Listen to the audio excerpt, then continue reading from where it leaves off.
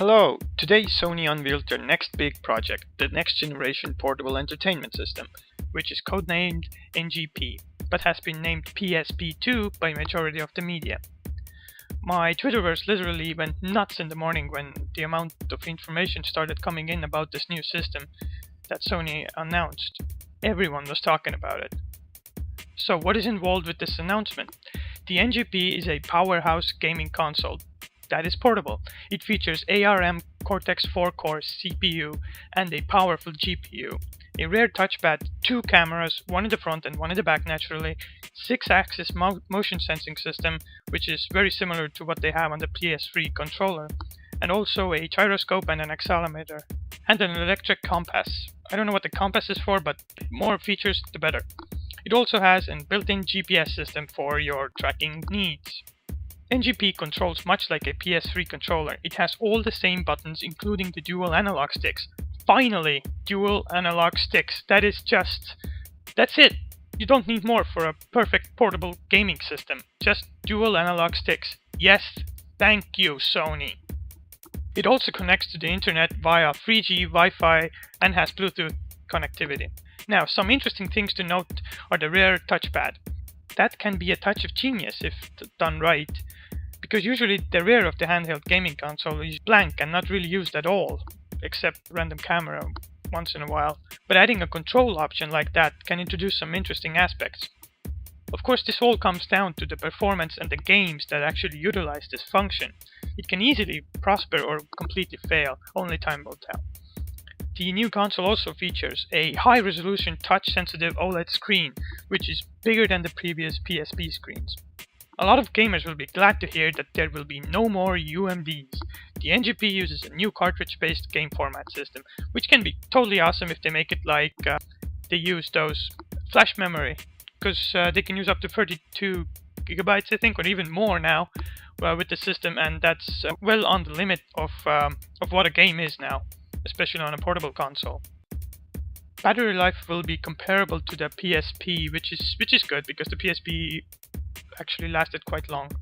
The NGP is, however, much bigger than any of the previous versions of PSP, and that is actually the only negative side so far I can see with this new system. It's just way too big for my taste. Just go out and look some of the pictures that the press has taken, which has comparison shots, people standing next to it. It looks humongous. So we can already wait for the second generation NGP, which will hopefully be smaller. Visually, I think it has a very iPhone 4 feel to it, with the round power button and the metallic rim all around the system. They also revealed a trailer, and that showed the greater social aspect of the NGP, including trophies and friends lists. That is good. The NGP also has this new thing called Live Area, which allows the user to see and interact with other users, see stats, get news, communicate, and other stuff. Also new in this console is Near. Sony developed Near as a location-based service that allows one user to interact with other nearby gamers. They can see which games are being played in their area and provide information about those gamers. It'll probably be implemented in games too, and that would just be freaking awesome to see what they come up with. Already there were many games announced. Sony is not messing around with this announcement. The games that were announced right off the bat are Uncharted, Killzone, Wipeout, Resistance, Monster Hunter, Little Big Planet, and Call of Duty. Also Hustle Kings and Hot Shots Golf, but that's not important. Anyway, all major titles of the console universe. It's not yet clear whether those will be all brand new canon and games or just ports from previous titles. I would guess some ports and some new. Also, all the games you previously bought as a digital game from the PSN store will be playable on this system, which is good. It's kind of a form of backwards compatibility.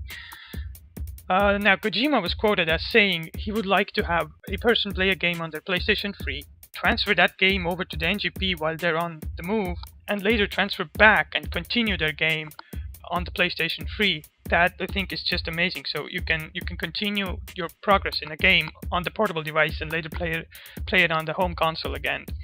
More information about all this stuff will be released in the future, including the price tag and the release date. None of that is not known at this moment. So I would guess that the majority of the information will be coming out around or at E3, and that's about it. Oh yeah, I think even though everyone is calling it the PSP2, I really think that that Sony doesn't want people to call it PSP2. That's mainly because it seems to me that they, in essence, redesigned portable gaming for themselves. At least they made something completely new and don't want it to associate with PSP. Not because that was a bad system or faulty or failed in any way, but because they want a clean start with this new one. Alright, that's it for now. Thanks for watching.